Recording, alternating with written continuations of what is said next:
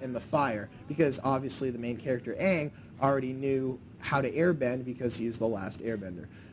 So it fits in well, right? It fits in well with the whole story, and I kind of find it funny that they would then make a cartoon of these 3 seasons and then make movies of these 3 seasons, and I'm assuming that they're going to try and scrunch a lot of the episodes' main points into each movie, as far as those encompassing a season. And that would make the most sense. I mean, they can do whatever they want. It's based on that. I wonder if they'll try, because if you try to shove an entire season into like 2.5 hours, that might be pretty hard. I wonder if they'll just sometimes they do, like Iron Man 1 or 2 don't really follow the comics as far as that's true. So they kind of like some of the branch pieces from it, but they make their own thing. I wonder if they'll do that. Obviously, I think they'll stay closer because it's important to the fans and stuff like that, and you can't really branch off because the story is pretty linear as far as that went. But I do agree with you there, because there are certain parts in the season that are critical to the plot line, but just like another episodic sort of cartoon show, a lot of them don't really have to do anything with anything. I mean, they're there to make you watch, and you enjoy them still because you get to see Aang use his cool powers or whatever. But as far as the plot line goes, they're probably going to go down to the nitty-gritty. Not every episode has to be part of the grand plot line. I mean, sometimes it's just there's smaller arcs and there's just fun episodes. That's true. It happens all the time. So it'll be interesting to see what happens in the movie. That was interesting because when they first started casting the movie, some of the fans and some other people got kind of mad at them because they were casting. Here we go with political correctness. They were casting like all white people. Right. And so people were getting mad because they had casted all white people for the film. And I thought it was at first opposed to black people, but it's actually opposed to Asians, which, no, okay, that makes sense in my head. Why wouldn't you cast Asian people to play and that does make Asian sense. people? Because this is the last Airbender, and it takes some place in Asia. They don't specify, and we assume that it might have some kind of Chinese basis because of the whole water, fire. But it's not really important. I mean, there's the nations and stuff. Who knows if it even occurs on this Earth or whatever if they make their own. I mean, I don't know enough about the show. I mean, that's true. And don't you think that it's kind of racist in itself that people would then say, okay, so you have to cast Asians.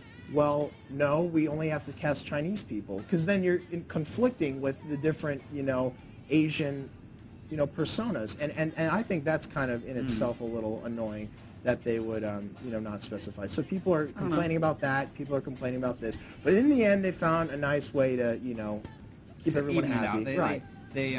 They casted a kid named Noah Ringer, who was actually a black belt at the age of 12, so he's a really impressive kid. I can't tell if he's Asian or not. I didn't really look at it too hard.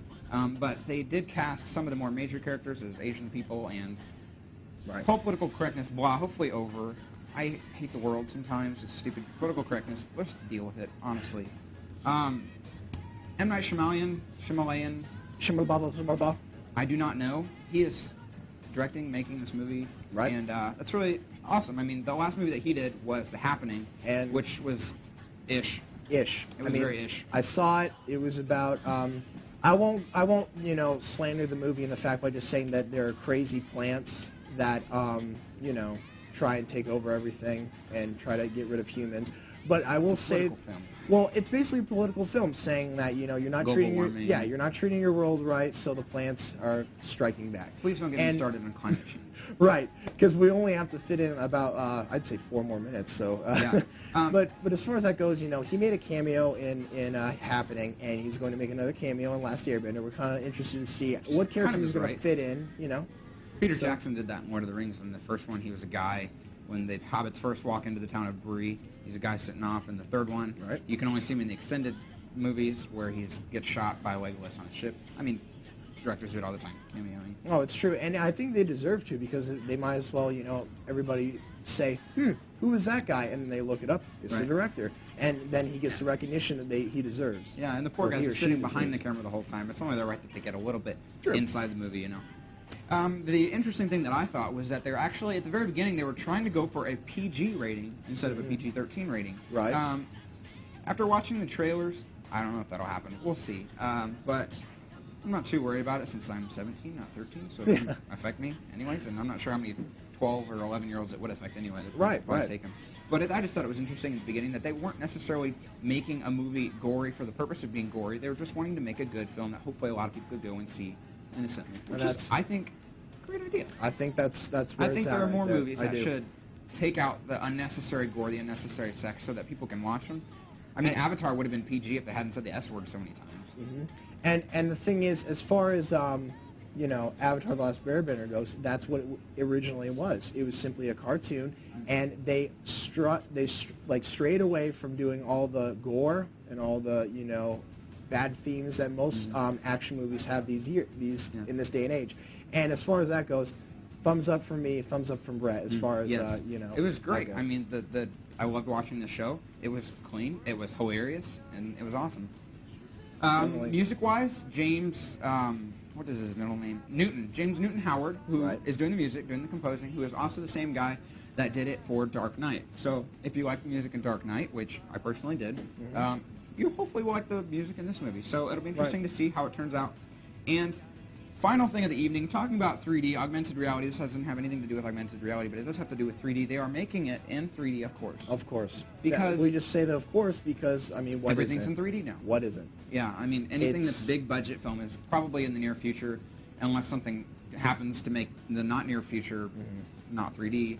They're making it in 3D because it makes money. People will pay the money. It makes money. It's a cute little gimmick unless the film actually needs it. And there's some where it's actually worked out and it's actually had to be in 3D. Mostly educational films. Like I remember I was watching a few years back as far as like Under the Sea kind of thing with like exotic fish and stuff like that. They used to have those IMAX ones. Exactly. Where it was like, I saw there's one in space where you could like reach out for the orange. Right, and it needed to be because this film was built for 3D. You can't watch it. You know, not in 3D. It would have been boring for little kids if it wasn't 3D. Truly, and basically educational films. And it's interesting because, you know, they're trying to make a documentary fun for kids because as the Englishman is talking and now the pufferfish, it's like now the kid can actually reach out and touch it. Keep them engaged and hopefully learn some more. Hey, adults get to learn something, kids get to enjoy something. Win-win. 3D seems like the way to go. Yeah, and they're actually converting it into 3D, which costs $5 to $10 million. And so we'll see what happens with that. That's what they did with Clash of the Titans. I don't know how far into the process they decided to do it in 3D, which can affect it. I personally think that 3D, if it's implemented correctly and not as a gimmick, can be great as far as cinematography goes. But definitely. We'll see how that goes up. That was our past. We talked about Avatar: The Last Airbender, the show, and I gave my little quick rant on Iron Man 2. You can listen to my full review if you go to the Wednesday show and watch that again. We talked about Super Mario Galaxy 2, Red Dead Redemption, which hopefully we're going to review soon. And we talked about Toy Story 3 in the future, and Avatar: The Last Airbender, which we are really excited about. We're really excited about that movie, yes. My name's Brett Goodrich. I'm Yanni Tolokan, and you have just watched Real Reviews.